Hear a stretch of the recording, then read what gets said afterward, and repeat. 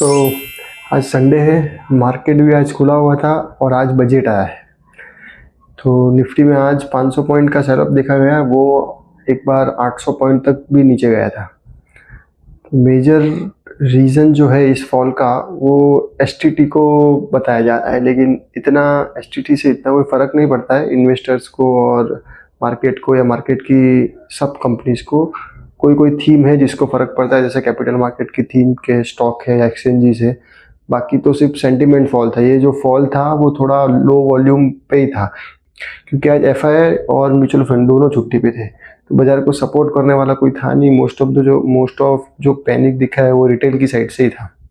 So major point क्या है, STT में एक्चुअली हुआ क्या है उसके बारे में बात करते हैं। लुक, 2020 के बाद जिस तरह से रिटेल का पार्टिसिपेशन बढ़ा है F&O की साइड, इसको कुछ भी नॉलेज नहीं है, जीरो नॉलेज पे भी लोग टिप्स के बेसिस पे कॉल या पुट बाय कर रहे हैं। क्योंकि क्या होगा, आज 1000 मिल जाएंगे, कल 500 मिल जाएंगे, अल्टीमेटली वो लॉस करके निकल जाते हैं। सेबी के रिपोर्ट के हिसाब से 92% लोग लॉस करके निकल रहे हैं। सो सिंपल पॉइंट गवर्नमेंट की साइड से ये है कि आप लोग इसका पार्टिसिपेशन कम करो। तो गवर्नमेंट के पास ऐसे बंद तो कर नहीं सकती है। गवर्नमेंट के पास बेस क्या है, पेनल्टी बढ़ा दिया, मार्जिन बढ़ा दिया, टैक्स बढ़ा दिया। पहले मार्जिन बढ़ाया, उसके बाद बहुत कम हुआ है, लेकिन फिर भी जो भी और भी है उसके लिए अब एसटीटी बढ़ा दिया। तो गवर्नमेंट ने इस बजट में फ्यूचर्स पे जो एसटीटी था वो 0.02% था, वो भी बढ़ा के 0.05 हो गया। एंड ऑप्शंस पे था वो 0.1 था, वो बढ़ा के 0.15 हो गया। तो ऑप्शन में आप देखो तो 0.50x बढ़ा है, और फ्यूचर्स में देखो तो 2.5x इंक्रीज हुआ है। इफ़ एवरेज ऑर्डर वैल्यू जो है एक ऑप्शन की 10,000 रुपये था, तो उस पर पहले एसटीटी 10 रुपये लग रहा था, जो अब बढ़ के 15 रुपये हो गया है। एंड फ्यूचर्स का है, लेट्स से एक एग्जांपल कि एक फ्यूचर्स की कॉन्ट्रैक्ट वैल्यू जो है वो 17.5 लाख है, तो उस पर जो पहले एसटीटी लगता था वो था 350 रुपये, जो अब बढ़ा के 2.5x मतलब 875 रुपीज़ हो गया है।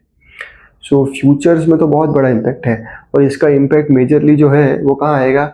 एक तो रिटेल का जो पार्टिसिपेशन है वो फ्यूचर्स में कम होगा, और जो उसके रिलेटेड स्टॉक्स है, capital market stock, exchange stock, उन पे भी थोड़ा उनकी अर्निंग्स पे इम्पैक्ट आएगा। बाकी और सबके लिए इतना कोई इम्पैक्ट नहीं है, लेकिन क्या है, मार्केट आज इतना थोड़ा सेंटिमेंट इतना ख़राब हो गया, इस वजह से मार्केट में सेल ऑफ आया है। मुझे नहीं लगता ये 1-2 दिन से ज़्यादा टिकना चाहिए, क्योंकि इन्वेस्टर्स या लॉन्ग टर्म इन्वेस्टर या और सब सेक्टर या कंपनीज के लिए ऐसा कुछ ख़राब नहीं है।